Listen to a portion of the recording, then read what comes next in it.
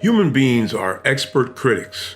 We analyze, criticize, and shun other people while failing to see that good judgment begins in the mirror. Self-evaluation is an ongoing responsibility of every Christian. However, the standard of measure is not our conscience, because there's always a tendency to gauge ourselves by ourselves, and that shows a serious lack of objectivity. If a Christian is ignorant of the proper standard, he will make the wrong evaluation of his life. In Galatians 6:3, Paul wrote, "For if a man thinks himself to be something when he is nothing, he deceives himself." And Timothy adds, "Present yourself approved unto God, a worker who does not need to be ashamed, rightly dividing the word of truth." The only proper standard for evaluating one's life is God's word. God's approval comes only by conforming to the truth of the Holy Scriptures. Without understanding the word, an honest evaluation cannot be made. Unfortunately, most Christians don't know the Scriptures. Our generation has become a biblically illiterate generation. We have allowed the world to become our moral compass and have forgotten that God has a different idea of what truth is.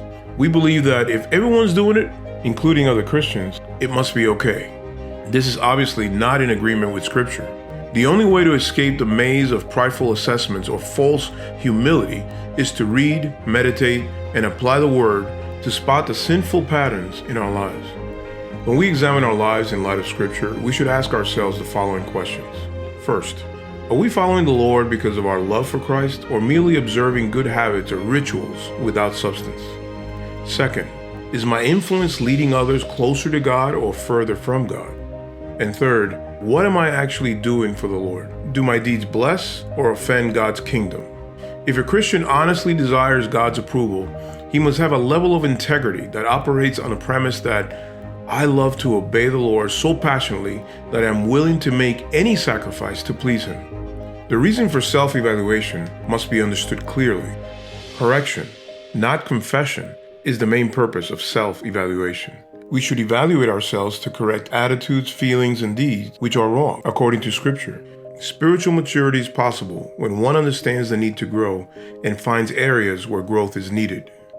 Use my Leap Daily Meditation verse for inspiration, reproof, correction, and instruction in righteousness, that you may be perfect, thoroughly furnished unto all good works.